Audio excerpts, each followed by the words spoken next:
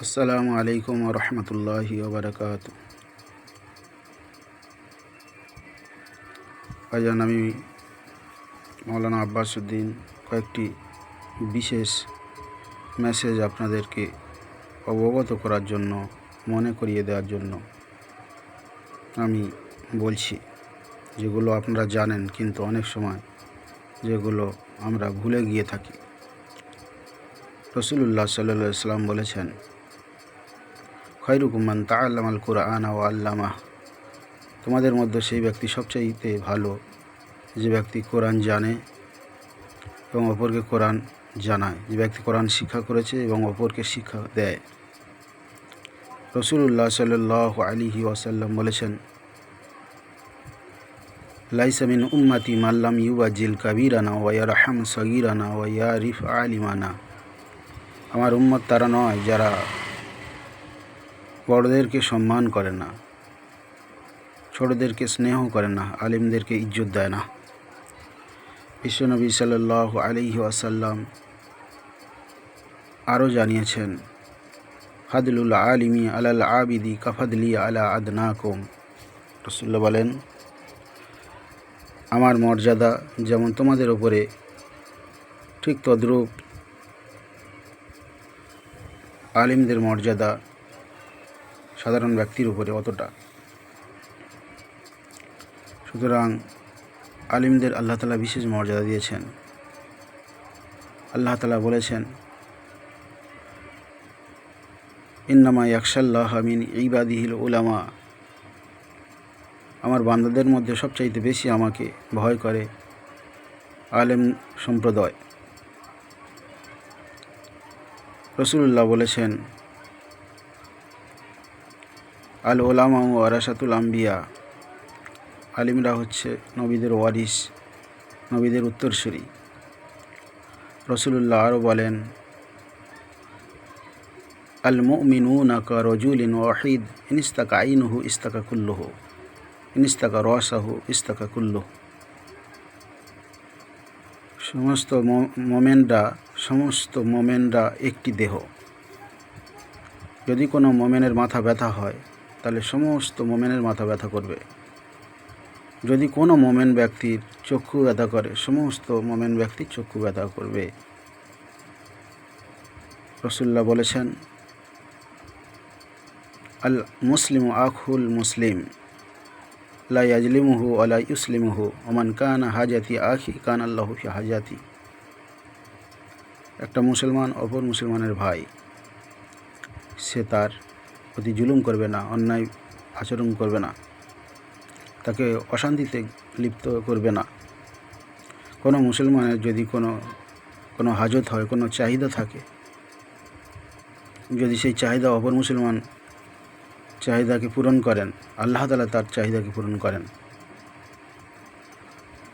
ভাইজান, শুধু মনে করে দিচ্ছি এটা, দেখুন বর্তমান যুগে আলেমদেরকে কোনো ইজ্জত দেওয়া হয় না। একজন মসজিদের ইমাম, তিনি যে সম্মান পাওয়ার অধিকারী, তাকে সে সম্মান দেওয়া হয় না। মাসকে মাস তিনি দিনের খেদমত করে থাকেন। 5 ওয়াক্ত নামাজ থেকে নিয়ে, ভোরের আজান থেকে নিয়ে, সাহারির জাগরণ থেকে নিয়ে, জুমার নামাজ থেকে নিয়ে, খুতবা থেকে নিয়ে কত না পরিশ্রম করেন। বিনিময়ে তাকে 5,000, 6,000, 7,000 টাকা মাইনে দেওয়া হয়। এটা কি জুলুম না? এটা কি জুলুম নয়? একজন নামধারী আলেমকে বক্তা হিসেবে আমন্ত্রণ করে এনে মাত্র 1 ঘন্টা, 1.5 ঘন্টা, 2 ঘন্টা বক্তব্য শুনে তাকে আমরা 10, 20, 30, 40, 50, 60, 1 লাখ টাকা উপহার দিচ্ছি। পক্ষান্তরে আমার আপনার মসজিদের ইমামকে কী করছি? সে তুলনায় মাত্র সামান্য কয়েকটি টাকা তাকে দিচ্ছি। তারপরে তাকে কত না লাঞ্ছিত হতে হয়, কথা শুনতে হয়। একজন মহিলা একটি ব্যক্তির সঙ্গে সংসার করতে গিয়ে না কত সমস্যা হয়, তালাক, ডিভোর্স হয়ে যায়। বর্তমান যুগে একটি মহল্লায় একজন ইমামতি করতে গেলে সেই মহল্লাতে কত রকম মস্তিষ্কের মানুষ না থাকে, তাদের সকলের সঙ্গে হিসেব করে চলে সেই ইমামকে সেখানে পরিবেশন করতে হয়। বলুন, ইমামদেরকে আমরা কি উপযুক্ত সম্মান করছি?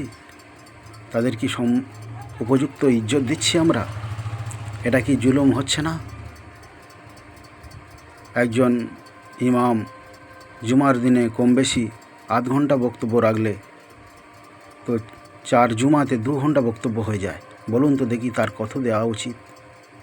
তাহলে তাকে মাইনে আমরা ভুল দিচ্ছি, তার পারিশ্রমিক দিচ্ছি না, তার চেতনা চিন্তা কেমন হবে বলুন? আমরা ভালো মন্দ বুঝি, কিন্তু এটা কেন বুঝি না? এর জন্য কি আল্লাহ তাআলা বিচার করবে না? দুনিয়া এবং আখিরাতে আল্লাহ তাআলা ইনসাফ করবেন। সেই জন্য আমাদের সচেতন হওয়া উচিত ভাই। দান করব, খয়রাত করব এই রমজান মাসে কাদের? যারা অসহায়। এখন দেখুন বেশিরভাগ ইমাম সাহেবরা কিন্তু অসহায়। কারণ তারা যে সামান্য মাইনেটুকু পায়, ওতে তাদের সংসার চালানো বাধ্য হয়ে তারা বিভিন্ন রকম অবস্থা খুঁজতে থাকে। জাকাত ফিতরা তাদের নেওয়া অজীব হয়ে পড়ে, বিভিন্ন সমস্যা কষ্টের মধ্যে থাকে। আপনারা দান খয়রাত করেন, জাকাত দেন, ইমামরা প্রথমে গরিব আছে, দুর্বল আছে কিনা আপনারা দেখুন, তাদেরকে আগে দিন, নাকি বেশি পাবেন। কারণ তাদের দ্বারা দিন প্রচার হচ্ছে, তাদের দ্বারা দিন প্রচার হচ্ছে।